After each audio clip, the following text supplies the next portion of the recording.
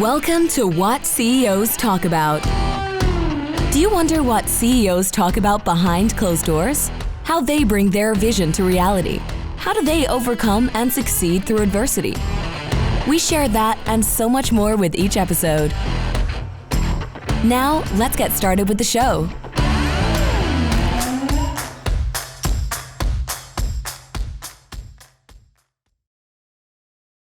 Hello, everybody. My name is Martin Hunter. I am the host of What CEOs Talk About, where we translate vision into frontline operations.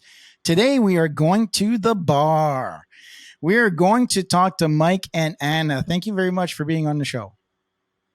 Thanks for having us. I'm looking forward to seeing what CEOs talk about. Yeah, I'm excited. Fabulous. Mike and Anna, can you give us your name, rank, serial number, full name? What do you guys do for a living? Mike Miljovsky. I am co-founder and CEO of Shaker and Spoon. You need my social as well? No, not right now. Later. Let's tweet that out. Anna Gorovoy, co-founder and chief brand officer of Shaker and Spoon. Fabulous. We, in the pre-show, we're debating on what's the title of the show. There's so many things that we can talk about with Mike and Anna's business. And we agreed to what? Anna, what is the title of the show that we agreed to? Vertically integrated, good or bad? Fabulous. Anna, let's start with you. Can you give us your journey? Where were you born? Where did you grow up? Kind of your story that leads up to Shaker and Spoon. Yeah, sure. Well, I was born in the former Soviet Union, immigrated here with my family as a refugee in 92, kind of, with the wave of other refugees. Grew up in the suburbs of Baltimore, went to school there, art school for high school. I guess you could say I started picking up my hard skills there, visual arts, graphic design. Went to Yale for college, humanities major, graduated, moved to New York, worked in publishing for a while as a designer. Wanted to do something a little different than a 9 to 5 and started this with Mike. I will ask a whole bunch of questions after that related to that. Mike, your turn. Very similar journey. Also, Anna and I were born in the same city in Minsk, Belarus, which at the time was part of the Soviet Union. Yeah. I got here just a wee bit earlier in 1990 with my family, quite young, and then we both our families settled in Baltimore County, which is where she and I met. We met in an arts high school in Towson, Maryland, which was just a lovely little tiny place where kids were drawing and painting and dancing and things Singing like that. And, shout out to Carver Center for Arts and Technology. Carver Center is a beautiful place. Great spot. And then I, after that, went to, little ironically, Carver is mostly an art school, but it has several kind of, I don't remember what we call them, but the Cores? I don't think it was No. it. It's the equivalent of majors, and Sure. I started out as a business major. What did we call them? Primes. Yes, primes. I knew it was some word like that with an R and an E on the end. Right. And Anna was a fine artist, and then ironically she went to proper schooling at Yale. I went to a little tiny art school because I got in with all the artist kids. So I went to a little art school called SVA, a School of Visual Arts in Manhattan.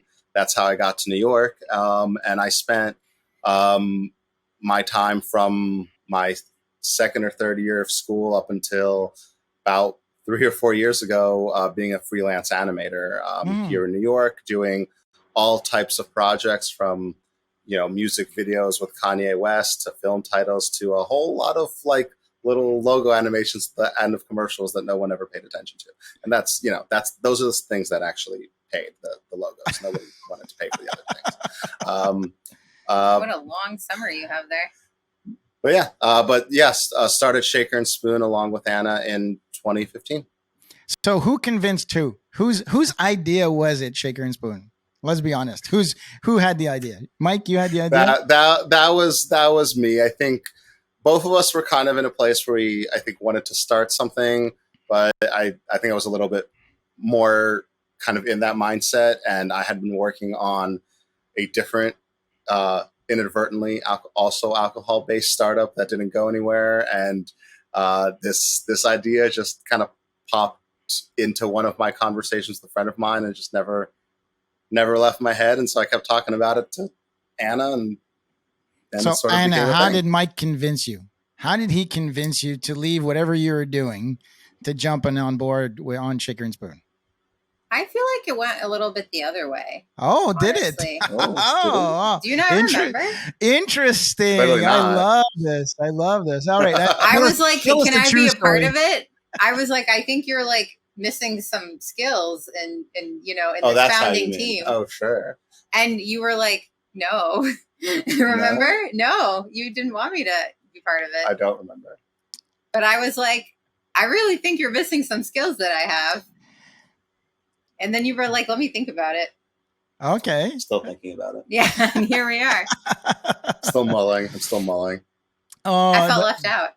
Oh, that's awesome. So what was so convincing for both of you for the need to do entrepreneurial, kind of start your entrepreneurial journey? What was missing in your life that you said, God damn it, I got to do something different? Mike had like been an entrepreneur for a while, you know, as a freelance animator. Mhm. He was, you know, like a one-man animation consultancy. He'd been a freelancer. He had never had a 9-to-5 job. So Mhm. I guess it was really all he knew. I mean, he has other reasons why he wanted to pivot his career. So I'll let Mike say them. I mean, gosh, that's a complex question, and so many things is the answer. But I think overall, I can say personally, I'm a creative person, and I was a visual artist for a long time, and commercial art is a weird thing, like it can set you down this path where, I mean, I loved what I was doing. I really don't want it to sound otherwise, but it sets you down this path where the art stops being the art. It starts being more of a business. And I think that was ironically what made me want to start a business, is the fact that I felt like I was going down a path where I was being more of a business person than an artist anyway. And then that didn't really make sense to me. So like, let me just radically do something Go full different. business. Okay, good. That's good. That was going to be my next question. I was like, okay, so you are definitely both very artistic from your education, schooling, and desires. And then you go, okay, let's start a business. You go, okay, well, that's different. So what you're saying is that there's so many people who inadvertently fall into the business. And what I like about your story is that you saw the difference. You say, well, hold on a second. I love being artistic, but I'm running a business. So why should I not hone my business skills to be working on the business in any way, shape, or form? Doesn't mean whatever you're doing, but you're working on a business journey to be able to generate the revenue that I'm assuming as an artist is not that great from the conversation that we've had. It's like, you assume incorrectly. I was a really good artist, so I was actually making bank. Oh, yeah, Mike made great money as a commercial artist. I make way less now. Oh, do you? Oh my goodness! I've always had the impression that artists are always at the bottom rung of the. Well, not commercial artists. You're thinking the difference. Of fine artists. You're not thinking of an animator. Like, I was doing commercial projects, and I was, like I said, those logos at the end of commercials, they pay well. They're very easy to do too. So, dude, there's a whole emotional attachment to shifting to business. If you're making a whole bunch of cash on one side, there's more than just wanting to be business. I feel that it was like wanting to build or be creative in the business world or in. It's really that. Yes. Okay. Like, it's the fact that I wanted to do something more creative, and the creative thing that I landed on, to some degree, ironically, was starting a business, but. To me, I still see it as very much this creative project, and I mean, and it is. Not all businesses are, but by the nature and complexity of what like the main product of Shaker and Spoon is, there's a lot of creativity on the business side, and I think that's a piece I learned later, and I'm still very much learning. But the initial thing, it's really about product creation, and that like we make a cocktail box. It is unique and original every single month. There's 3 different cocktails in there. You have to design those cocktails. You have to design all these supplementary materials around it. There's actually, both Ann and I use quite a bit of our hard skills as artists in the current, with the current product as is. Like, we're still working in the business. As an operator, I've been an operator all my life. I've flipped businesses for a living. And when you think of vertical integration, you think a lot of operational cogs working together. The last thing you think about is the artistic components of it, right? That's why I'm like, wow, this is really a mind boggle saying, putting all these artistic things. But when you think about it, it's true. You have to put so much effort to keep the business interesting, because it's not like okay, we're pumping up cups and we're just going to put a different logo on a different cup every week. You're connecting a whole bunch of different ingredients and experiences, right? Like we had mentioned before, the experience. You nailed it with experience. This is an experience service. It's not a box of stuff. Yeah. And we are creating a new experience every single month for people. And that experience is a multimedia experience. There's the physical box with the stuff. There's the cocktails that you make with that stuff.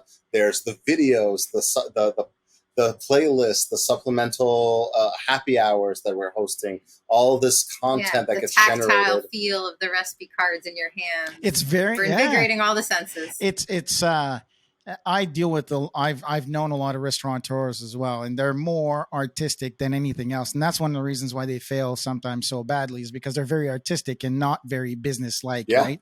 And their desire to create continuously in different areas. And what I love about the creativity is that there's a different drink for different moods, right?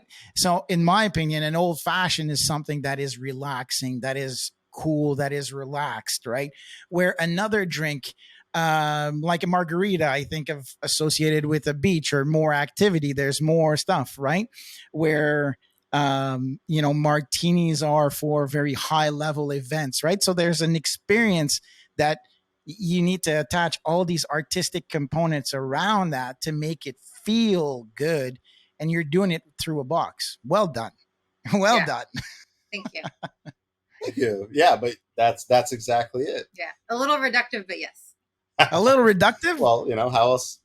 Yeah. I mean, I think it's a little bit of a pigeonhole to say margarita, that's for the beach, martini, that's for... but those are the emotions that I'm attaching to that box, right? So that's what you're doing, is whoever feels like they look at the boxes and go, I personally attach margarita. So you're going to make it feel for whatever area they feel comfortable in, right? So you're selling your artistic side to make them feel good, which I absolutely find magical. And actually, a lot of what we're trying to do is to be really innovative with those feelings and moods and break some of those stereotypes and, show people something different and unexpected. Like we have this box we've done a couple times, Summer Scotch. We've had Summer Scotch. We had a sequel, Summer Scotch 2. We've done Summer Scotch 3. And it's like you think Scotch is a moody spirit that you like sit by the fire with your cigars and leather-bound books. Like, no, last summer we had one. It was all female mixologists. Like the cocktails were very summery, like very fruity, nice. 2 highballs. Scotch can be something completely different from what you've expected. So I guess that's a bit that's the end point of what I'm saying, where some of the stereotypes associated with spirits or certain cocktails, they are a little reductive, and we're actually trying to open people's palates and open people's minds to new experiences and new flavor combinations. That's where your creative side comes in, right? That's the beauty of it, is everybody associates that with what I just mentioned. And then you're cracking that door open, saying, no. Scotch is not just for old guys, right? Exactly. We're breaking it wide open. So that's what I was driving. Yeah, it's all good. It's all good. Let's talk about vertically integrated, good or bad. All right. Vertically integrated. Tell us about why did you choose vertically integrated? Did it happen by mistake? Did you guys choose that business model? Kind of let's go through the context first. Well, it chose us. I mean, I think the most accurate way of putting it is it wasn't something we actively chose to do, but once we landed on understanding what the product was, there wasn't a different choice in how to set up a business. Or so it didn't feel like there was, based on our research, based on what we understood at the time. As complex as it is, the fact that food and fresh items are involved, there's really no way to outsource it and have margins to grow it. Yeah, but basically, like, we haven't really talked about what the box is, so let me do that very, very absolutely quickly. So, what's in the box? What is in the box? Summer scratch. So the simplest way, again, Shaker and Spoon's a monthly cocktail subscription service. The simplest way of describing it is it's basically it's Blue Apron for drinks. It's 3 original recipes, and we are sourcing that from the best bartenders in the world. I'm excited to say the Tales of the Cocktail Spirit Awards were last week. Nice. We Shaker and Spoon alumni swept those categories. I think we did win in 1 or 2 major ones as well. Yeah, swept the nomination, and Kate Gerwin and Blaze Montana, 2 Shaker and Spoon alumni, won for Best New U.S. Cocktail Bar for their spot in Albuquerque. Happy accident. Nice. Yeah. So so we are sourcing some of the genuinely best bartenders. I like to say we are partnering with some of the best bartending. Yes. You don't source people. That's true. We're partnering with some of the best bartenders in the world, and then they're creating completely unique recipes for us. And then what we see as our job, Anna and I, is take those recipes and ideally do as absolutely little as possible to scale them up and send them out to everybody. So what that means on the back end of what we're doing is every single month there's a whole bunch of different components, and they are different in what go, like we make syrups. A lot of what we make is a lot of original syrups and cordials, because again, that's what those bartenders are making. That's how they're delivering those unique flavors. So we're cooking all of this stuff, and it's a different size because a different amount goes into each drink every month. We're using a lot of sugar and water, but we're using a lot of different sweeteners. We've used coconut sugar. We use demerara and turbinado sugar all the time. We use agave, different types of honey. So the cocktail recipes are really driving what comes in the box, and they need to be different every month. So all of the ingredients are different every month. Every month it's like a whole new set of cogs and a whole different production process. And trying to outsource everything would be absolutely horrific. It was impossible to find any manufacturer who could do all of it, because on one hand you have basically a kitting and fulfillment box operation. On the other hand, you have a food business. Those have to live together. Like we operate a food factory. It's overseen by the New York Department of Agriculture. Like, we're a food business, and we're making things that people consume, literally eat. And, so there has to be safety aspect there. So you need people who can make food, who work with food, who can then kit and send, food boxes out. And that already doesn't exist. But at the same time, you need people who can literally cook, product and cook and bottle product. So we started off, we did find some co-packers. We did have a syrup co-packer initially, but between moving heavy glass bottles filled with liquid, around, and getting stuff to and from, different pockets of just the state of New York. It's not even going crazy far. It wasn't efficient. Yeah, we never got the margins to really do anything else with the business. So we took everything fully in-house in 2018, and that was actually how we were able to get margin enough to put money into advertising, to put money basically into growing the business as opposed to maintaining, which is where we were before. So, but it wasn't much of a choice. We just were never able to find a single manufacturer who could cook syrups, who could repackage bitters, who can make salt and sugar blends, who can pack these aromatics in these tiny little bottles, and then take all that still in a food safe environment, kit it, and fulfill it. Nobody really is set up to do that. Or maybe they are and they haven't found me. If you're out there, talk to me. If you listen very carefully to what Anna and Mike are saying, they're working through all the tactical stuff, but at the fundamental of it is to keep the quality of the experience.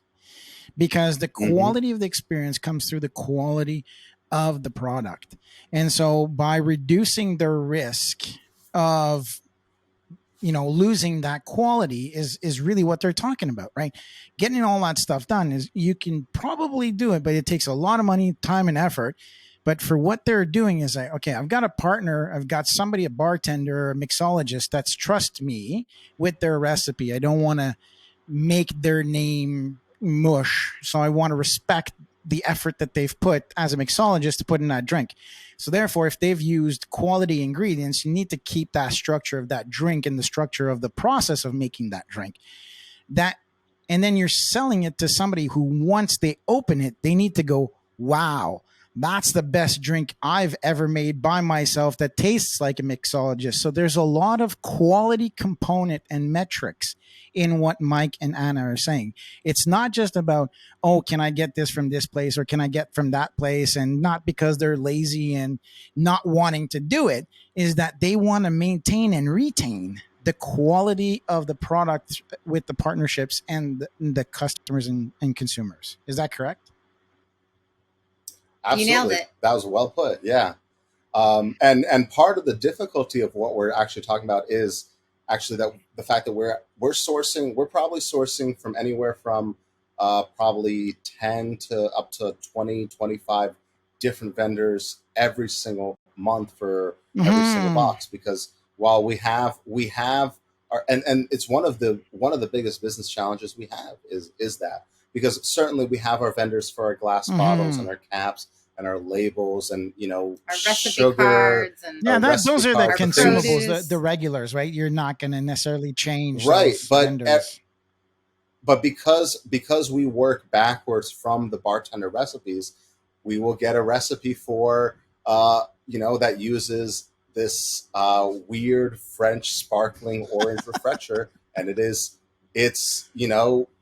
a French product, and we have to go to that company and coordinate getting 8 pallets of this refresher sent by boat from France to us. And what a delight! I was COVID. gonna say, what a delight indeed. Supply chain problems are real, but that is also at the same time the magic of the product, because we're able to, I can practically guarantee you that none of those 12,000 or so people who received that box, who got that French sparkling refresher, have ever tried anything quite like that before. And that is part of the experience that we're trying to deliver. Like your incredibly unique flavor combinations, yes, but on top of that, like new types of bitters brands, because we don't want to be putting Angostura in every single box. Like, we'll lean on Angostura, of course, but we want to be able to show you not only new flavors, but new bitters brands every single month, because to me, that's part of the magic of what Shaker and Spoon was able to give you. Yeah, absolutely. And, a couple months ago, we sent hot sauce. We had a Bloody Mary, and we introduced all our subscribers to a local hot sauce, whose founder we know. So now you guys are going to do and we could have gave them minis. You guys got to put a Caesar together now. The Bloody Mary is the American version. Now you got to put some Clamato juice in there to make it as a Caesar. Probably not going to do that.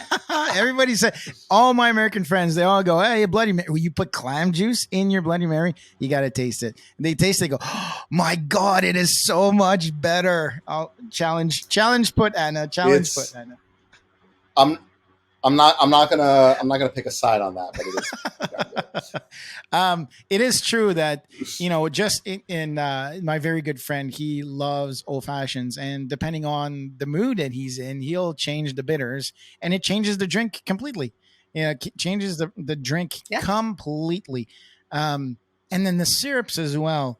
I think of grenadine, how you make grenadine or demerara. There needs to be some quality intention. You just can't mass produce it to have that rich flavor. You have to be really, thoughtful on how you produce it as well. And I'm assuming that you guys are doing as best as you can to keep it preservative free and all that good stuff, right? So you want to keep it as clean as possible. This leads right into Mike's favorite topic, our specialty syrup production process. So yes, this is near and dear to my heart because it took years to develop, and I'm really proud of how we've put it together. But again, the goal on our end is to do as absolute little as possible always. So So to directly answer your question, yes, absolutely. We use citric acid as a preservative. We do not use any artificial preservatives of any kind unless that is 100% required. I'll give an example of that. We once did, and this is literally, I think, the only time I can think of that this happened. But we did this. I don't know what you'd call it, but we called it a malted reduction or something like that. And malted coffee reduction, and we started off with a product that happened to, and that we reduced by like to like a third of its original volume to create something that was very punchy and flavorful. And this was the recipe the bartender gave us, and that product that we were reducing happened to have artificial preservatives in it. And that is I think the only time I can literally think of when that made its way into our product. But otherwise, we use citric acid, which is basically crystallized and concentrated lemon or lime juice to basically change the pH level to make our products an unsafe environment for bacteria. That's all, but everything is 100% natural. And then the way we make it, which is core to our process and core to the vertical integration of Shaker and Spoon, is I like to say that we have come up with the most efficient way to do something inherently very inefficient. So you do like to say that. I do like to say that because I think it's true. It's because we make everything small batch. It's part of the message, part of the brand, and it's because, again, we're trying to do exactly how it's done in the back kitchen of those high-end bars. So if we had a co-packer, if we were doing this in the most efficient way, we would be doing this in like a 500-gallon like kettle. We're not doing that. We're cooking everything in 20-gallon little pots. I know 20 gallon doesn't sound like a little pot, but for the scale of manufacturing, it is. It's absurd, actually. It's like the world's tiniest pot. It is. And so we're doing, we're going through like, 10, 12 of these pots every single day. We, because we're doing in these tiny vessels, we can't, it was hard to find something that would automate because like you get an assembly line and they're meant to like suck up like half of a 500-gallon kettle in 30 minutes. Like that would be crazy if you're just like swapping out these pots. So we had to develop all of these proprietary techniques. We have a lot of custom built tools that were built specifically for a process, but it allows us to relatively efficiently make a high volume of syrup all in very tiny batches that are all basically hand created up until the bottling process. The bottling process is mostly automated at this point, but we had to create a lot of proprietary things in order to let that happen. So is our process significantly more expensive on our end compared to what it would be if we were doing it the other way with 500-gallon kettle? Absolutely. But like I said, I think it's core to the brand. It's core to what we're trying to do it in this particular way. And nobody would let us do it this way unless we were doing it ourselves. And for those people who are listening, when you can't compare apples to oranges, when you're riding a bike, if you're riding a bike on a vertical hill, riding a bike on a flat is completely different. The effort is, so you can't compare. Is it more expensive? The cost of production might be a little bit more, but for the result is completely different. So there's so many variables that what you guys are doing is the best thing that you can do to get the quality. Too many people forget to see, deliver, and improve the value flow to the customer. And if that's the value flow that you have, is to have a product that is creative and handcrafted with quality, then whatever process is behind it, I'm sure that you're doing continuous improvement. There's FDA rules and regulations. There's manufacturing that's not out there. There's how much money do you have in the bank to be able to actually invest into doing something that's completely different. So the listeners, don't be judgy on Mike and Anna if they're putting out a product that has the quality and people are ready and willing to, and they see the value and they're paying for it. Don't give up. Do what you're doing. Don't get microbreweries. I live in Vancouver, British Columbia. Microbreweries there's one every 20 feet. There is. And they are all very prosperous because there's different methodologies. There's the BDC, the beer delivery logistics. So one guy thought of a great idea. He's like, okay, these microbreweries can't make it to the liquor stores or to the liquor board. I'm just going to buy a whole bunch of beers from everybody else and help them sell it in the different liquor stores. So I was like, oh, great. That's a great approach. So now you've got access to a different customer that is not necessarily driven or that you have to pay for or have to think about. Right. So what you guys are doing is good for your audience. Scaling then becomes a situation where you have to kind of define, do you scale in volume or do you just reproduce what you're doing in different areas to increase profitability, or not increase or keep profitability, I guess would be the proper word. Yeah, exactly. Put my finger on it. Totally. I also think the microbrewery is actually the perfect analogy for this because you see what happened. Like, you have these large scale breweries, and no judgment on. There's great beers that are mass produced, great microbrews. It's not even about the quality, but it's about different technique and a different mindset.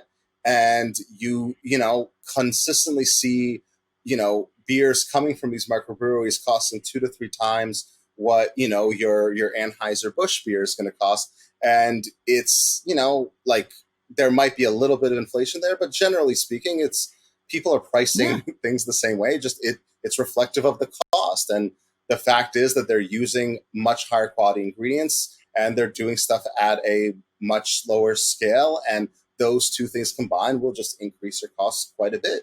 But, to those people drinking those microbrews, that quality is worth that extra money. Are we the microbrewery of cocktails? I don't know if there's enough of a cocktail industry to break it in that way. There's a lot of distilleries out there, but there is nobody that I know of. I mean, I love what you guys are doing. There's not enough cocktail bars out there, and with COVID and everything, just bringing that to the table is absolutely wonderful. There's too many people that look up recipes. They have no clue how to do it. You guys provide all the tools, and too many times we associate alcohol with bad behavior, where a lot of the world associates now cocktails with enjoyment, cocktails with classiness, cocktail with, a feel good moment. That I think what you guys are absolutely doing. The one thing that I want to talk about vertical integration, as Mike and Nana have lived it and are living it. The pros of it is that you can control a lot of the quality process, right? That's how it is. When you take something in-house, there's always cash. Yeah. That's what a lot of people do. I just want to bring it back to, before we go into the not so good of vertical integration. Think of a microbrewery CEO and a, bigger brewery CEO. Who's making more, right? Let's face it. Just because your product is more expensive doesn't mean that you're putting half of that money in your pocket. Right. So that's what the listeners, and you should say, oh, wow, this is $12 instead of $6. Well, think of what it took to produce it. So, think of the experience that you're going to have. You want to get loaded drunk? All right, go to Budweiser, get yourself a 2-4 and slam it down and, puke it all out next time. But if you want to enjoy a good beer, right, if you want to enjoy it and you want to keep it in your belly and have fun and remember what you've done, then take the time, right? So I think that the benefit of what you guys are doing is that you're also creating time in relationships. Hey, come over to my place. I got this great shaker and spoon kit. We're going to have a laugh. Let's build this together and let's see who makes the best cocktail, right? There's so many things that I can put when you put alcohol in a good, positive view. There's so many things that come from that in regards to gathering people, especially during COVID. Good job.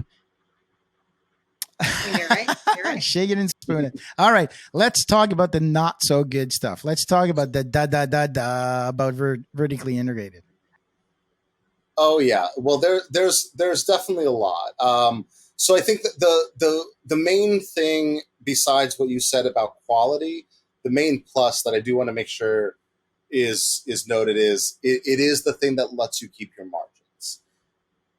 So the negative, the flip side of that specific plus is you have overhead.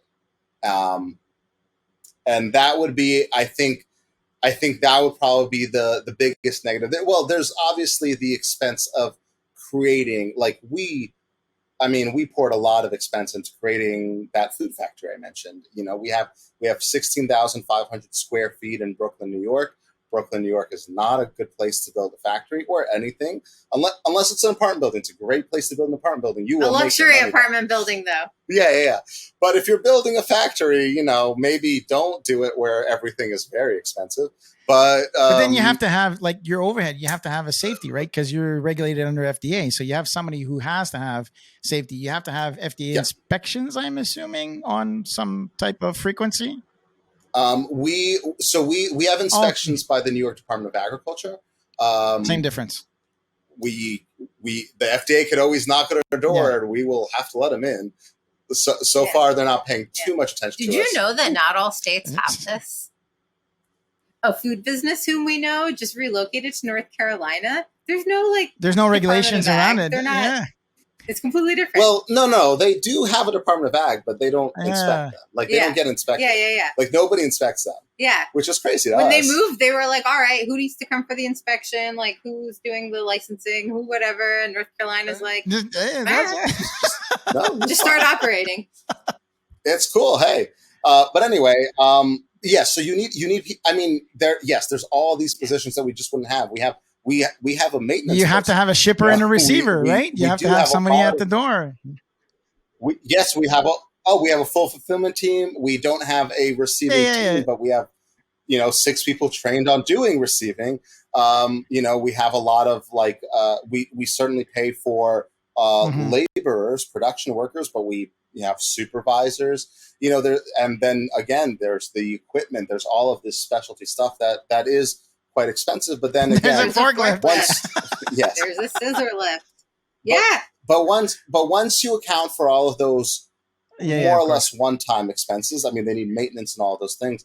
But then there's just the overhead, and this is genuinely one of our biggest challenges. Shaker and Spoon, if you haven't kind of guessed it by listening so far, we have a bit of a seasonal cadence. We make an excellent holiday gift. So, over the holidays, that is when we generate a massive amount of our sales, which means, we have to be able to fulfill those sales because we manufacture and fulfill everything. So we have to have the capacity to do that. Yeah. Right. So as such, our production fulfillment team expands and contracts with seasonal labor, but the physical space the physical space. The physical space, the full-time team, the supervisor team, you can't expand and contrast that in anywhere of an easy way. So the challenge is, what are we going to do about this overhead in the summer? How are we going to be more efficient? One of the ways that we're meeting this challenge is by working on the B2B side of our business. That, as it happens, has a bit of a seasonal cadence as well, but we're certainly searching out things to do in the summer to make the efficiency. Vancouver, the area that we live in, the Lower Mainland, there's blueberry farms everywhere. Blueberry farms are very seasonal. So we attract a lot of Indian workers, like most of people that come from India. There's some of the new immigrants, you see flooded with in blueberry fields. When I worked at Tyson Foods, we started stockpiling chicken wings in July for the Super Bowl. That's crazy. Like stockpiling chicken wings. Yeah. For the next year's Super Bowl. It was ridiculous. Same thing with chicken paws, chicken feet for the Chinese New Year. So they would export. So we would start probably in, I think it was October, that we would start stockpiling chicken paws for February for the chicken New Year, for the Chinese New Year, that we would export. Yeah. It's crazy, right? So then you say, okay, a large corporation has the cash flow protection to say, you know what, I can hold this in the freezer for the next 6 months, and I don't have to. The only thing I have to worry about is freezer space. That's the only thing I have to worry about, because the staff is it's different because we need all that space for when we're busier. So we need to be busier already when we're less busier, and we need the inventory ready for Q4. But then it's challenging to invest in the inventory in the summer when we're the slowest. So all of that is kind of bound up in the challenges of vertical integration because, we got to front everything. The contribution. So you've got your gross revenue minus your COGS, your contribution. Then all of a sudden you've got your overhead. One thing about being vertically integrated is a lot of companies, they'll just stop at COGS, right? Their overhead is quite low, so they don't really bother. So they don't have to be as tight with their calculations on, what's your break even, right? What's your minimum value proposition that you have, and what's your price point for that? When you've got seasonal sales, but a yearly expenses, you have to really dive down deep and say, okay, what's my break even over a full year?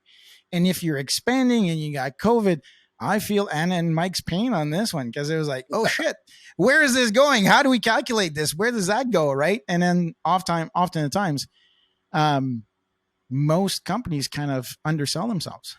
They underprice. And we're so afraid of charging too much. And we realize that, it is, right? So profitability is I always say, push it to as much as you can tolerate and you can cut back. Meaning that if you pay 50 cents to make $1 pencil, see if you can, and you make 100 sales, make 50 sales of a $2 pencil. It still costs you 50 cents to make. So that's the calculation that sometimes it's not, it's harder, right? You got to buy a forklift. You got to buy a scissor lift. We need a little bit more of this. You need a little bit more of that. So I'm simplifying. Of course, it's not that easy, but oftentimes less is more when it comes time to vertical integration. Just food for thought for you guys. Oh, no, I fully agree. Yeah, it is, and there's a balance to it, and it's hard to figure that out. Everyone follows that model, and then we have inflation. Oh shit! I forgot that. Yeah, that's right. I mean, for me, what I want to make sure that I tell the listeners about what you guys are doing and how we should promote small businesses like you guys is it's okay to run out of product, and I say that with the kindest of way. Right? Don't ditch the subscription. Because, oh my goodness, right? Okay, well, you ran out, wait until, and I'm not saying that that's the plan, but hey, if there's 50 subscription and you've missed out on 51, you will catch you next month. Don't give up on them just because they're not able to keep up with the logistics issues. That's very transactional consumerism. Trust and help the smaller businesses really make a difference and stay on it, right? Listen up, folks. That's how it goes. Buy shaker and spoon now. I definitely second. Yeah, it's sometimes hard to, you don't want to run out of product. Like the last thing you want to do is run out of product. But we learned over time, like sometimes you just need to be able to run out of product, because the flip side of that can get really dangerous real quick. Holding onto inventory that you haven't sold through, and that can kind of snowball and grow, and all of a sudden you're looking at a bank account that's getting nearer and nearer to empty, and then you're looking at your balance sheet and you're like, whoa, we've got all this money. You're like, oh, it's just all in the inventory. And that doesn't help things that much. Yeah, but then sometimes you're in the position that he was saying where you actually need to stockpile these chicken wings starting in July, or you will not have enough chicken wings for the Super Bowl. Inventory is hard, guys. Vertically integrating a product that changes on a monthly basis, you guys are awesome. Yeah. that is an elephant to eat, man. Oh man, on a monthly basis. That is a hard task, but I don't know. You getting tired just thinking about it? No, I love challenges like that, right? So we help out a lot of other organizations what happens is that where we tackle is that the most of the time people are retiring. And they're like, I can't sell my business independently. I'm struggling. I don't want to do this till the day I die. I can't retire because I can't sell the business. And what we do is we bring companies together. So we'll buy a couple of them that are similar in nature. And then we apply these principles that we've talked about scaling and all that good stuff, and leverage economies of scale. And then we go and we say, okay, listen, now we've been able to increase your multiple. It's more attractive to strategic buyers, and off you go. So no, don't. it's a beautiful challenge that you guys have taken on. I think what you're doing is great. The vertical integration of it,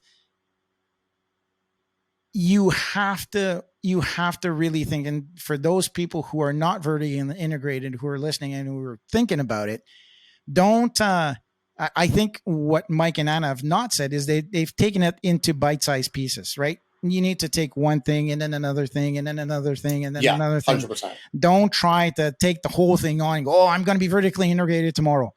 Well, let's be practical about how you do it as well and plan things out. If there's one thing that you need to do is you have to have an annual operating plan when you're vertically integrated, because there's so many friggin' moving parts. That's crazy. Yeah, definitely one piece at a time. When we started out, we had a co-packer for our syrups. We had offset a lot of this stuff, and I don't know if we could have done it, like brought everything together all at one time. We were kind of just able to do it as we scaled. Yeah. And even we used to like rent space from Hana, and then we banded together with a few other companies and we got like our own, 24/7 space and another space. And then we were all outgrowing that space, and then we got our own thing. Like, it took years to get to this giant facility we have in Red Hook. And not even so giant during the holidays. We're like, working your asses off. We're like jammed in there. Oh yeah. We're like busting at the seams. Oh, that's so cool. That's so cool. What are you most excited about? Two more questions. So what are you most excited about? What's in the near future that is really exciting for both of you and Shaker and Spoon? I don't know if Anna has something different, but I have something. Great. But I'm really excited about our pilot program for getting cocktails in bars. That's something that I'm personally leading the charge on. We've been approached for years because we have incredible cocktails, and bars want to get them on their menus. It makes sense, and we've never that's not the product, so we've never pursued that. But we figured, hey, I think it's time, and this opportunity has been there. It's only growing. So how do we, because we, Shaker and Spoon sees ourselves and positions ourselves to be at the forefront of creating exceptional cocktail experiences, anywhere. And, in that way, certainly our kits and our boxes is how we're doing that primarily, but it made sense that we wanted to move in this direction. So it's brand new. Right now, you can have 2 original Shaker and Spoon drinks at Play PKL in Boston. They opened in May. They just placed a reorder last month, which is exciting. And we see. Oh, we should get their holiday projections. We should. But we're doing some budgeting today. But we are, we're seeing that sell through, which is really exciting. We did get Shaker and Spoon literally on their menu, which is also really exciting for us. Weren't sure if that was going to be able to happen, and that's something that I want to be able to push and get a lot more bars into the program. It's a product we're still trying to figure out exactly what the product looks like. So it is very much. Oh man, that's so cool! I'm thinking about a steakhouse, right? So this month's cocktails are brought to you by Shaker and Spoon, and so now So you go, oh, I'm going to a steakhouse. What? Oh, okay, let's go back to that steakhouse. We had great cocktails. What do you mean the cocktails are different? Well, we change them every month because, so and so. You mean they still have let's say their drink of the day or drink of the month is exposed. So that wonderful idea. Wonderful idea. Yeah, exactly right. Anna, how about you? I was going to say that I'm excited about our B2B, our corporate event aspect that we're growing, because I just really love having Shaker and Spoon be a part of so many people's celebrations, end of the year, summer, anytime. I just love that we can bring that special spark to people's special occasions. Quarterly meetings, aim for quarterly meetings. When you think about it, 4 year, right? So let's aim for a meeting every quarter, and then let's get Shaker and Spoon, because there's always usually good companies always have an event. Right? Let's go do this. Right. Let's do that. Right. So good idea. Great idea. And we have a program called Click and Mix where you can have a bartender at your event as well. Ooh. Like it can be virtually and everyone's on Zoom. The bartender can take you through the cocktail kit that you received, and you can make it together and then answer your questions. Sometimes it's actually the creator of the recipe. So, it can be very educational. Sweet. All right. Last question. I always ask this. What's your reference material? What is the book that is on your nightstand day in, day out? What's the movie that when you're running your business or leading people or talking to clients that really sticks into who you are and your MO? Anna, you go first. I want Mike to go first. All right. Mike first then. Oh, wow. All right. Well, I mean, it's hard to pick one, but since you're asking me to pick one, I still do, and very much for the last several years, have listened to quite a lot of How I Built This, that podcast. Yeah. It's true. I assume your audience is probably at least somewhat familiar with. Not, And we listen to it together. it's incredible.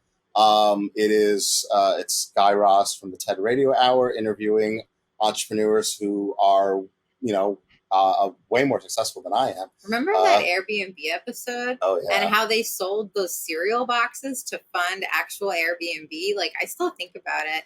Sometimes I'm like, what's my cereal box idea? Like, now that's going to be your second favorite after What CEOs Talk About. Now it's going to be your second favorite podcast. Not just Exactly. It's really wonderful listening to those stories. And in particular, that show's been on for a while. So there's quite a large number of interviews, and, there's interviews with people who, once you listen to a lot of them, there's stories of, genuine, like almost tripping over like lucky moments and like skyrocket. And then you hear stories of somebody who like slept in the office for 7 years until like catching something. And, I find inspiration from all of those, and particularly in challenging times, I think back to, there's so many amazing stories of people who struggled for, decade plus before really breaking out. And I know in the hard times when I hit them, I think back to those stories and I think like, well, I know that it's going to be challenging, but I know that all I need to do now is survive this challenging moment, because there's going to be a wave of luck at some point. And I know that I just need to be here to ride that wave. Yeah. Honestly, yeah, if there's anything that all those interviews have taught me that Mike has like pointed out to me, it's just how important survivability is, because times come and go. And for a while for me, it wasn't enough just sticking around. And I'd look at other companies that grew faster or that I thought were doing better, or all these like kind of metrics and yardsticks. And Mike would always point out to me, like, it's been a lot of years, like, and we're still here. And it goes up and it goes down, and there'll be another up. Like, if you can't tell, I spend a lot of time in the trough of sorrow.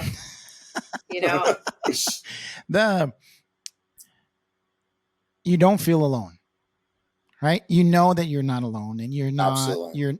You're not the. I mean, sometimes I do. But yeah. No, we all go, oh shit, what I get into, eh? The thing that is important to remember is that the definition of luck is to be prepared for an event that happens without being planned. So if you're prepared and you're doing everything that you can do on a day-to-day basis to make the day good, right? Or I should say a little bit, Simon Sinek says, instead of good or bad day, you should always say, I'm a little bit in front or I'm a little bit behind, because it is a journey, right? So some days you feel like, oh shit, I'm in front of it. And some days you go, oh, Lord Almighty, I'm maybe a little bit, behind it. But ultimately, when that moment shows up, you're ready because you're doing everything day in, day out. And the moment does come. Depends on how it shows up. But sometimes you gotta be able to have your head up to notice it. So I think that's so good. Thank you very much, guys. Thanks for being on the show. It's truly appreciated. Love your story. Thank you. Yeah. It's been a pleasure. So, Shaker and Spoon, where do you get it? What's the website? I'm assuming shakerandspoon.com. You're correct. Shakerandspoon.com. And both of you guys are on LinkedIn? Yes. Anna Gorvoy, Mike Malyovsky. Shaker and Spoon is Shaker and Spoon on all social media as well. Yeah, you can find us on Instagram, TikTok, Facebook, YouTube, all the places. Yeah, all of that will be in the narrative below. Twitter. So if you're listening, just look below, and then all the information's there. Fabulous. Well, can't wait to meet you. Same here. Well, thank you very much. With that being said, I'm the host of What CEOs Talk About, where we translate vision into frontline strategy. I'm exhausted talking about vertical integration. I'm pooped already. Thanks, Anna. Please like. See, that's what I said. I know, my brain's fried. My brain's fried. With that being said, please like, subscribe, and click the notification bell. Anna and Mike, thank you very much for being on our show. I hope you enjoyed it. Thanks for tuning in to What CEOs Talk About. Make sure to click subscribe to get notified about future episodes, or check us out at www.whatceostalkabout.com.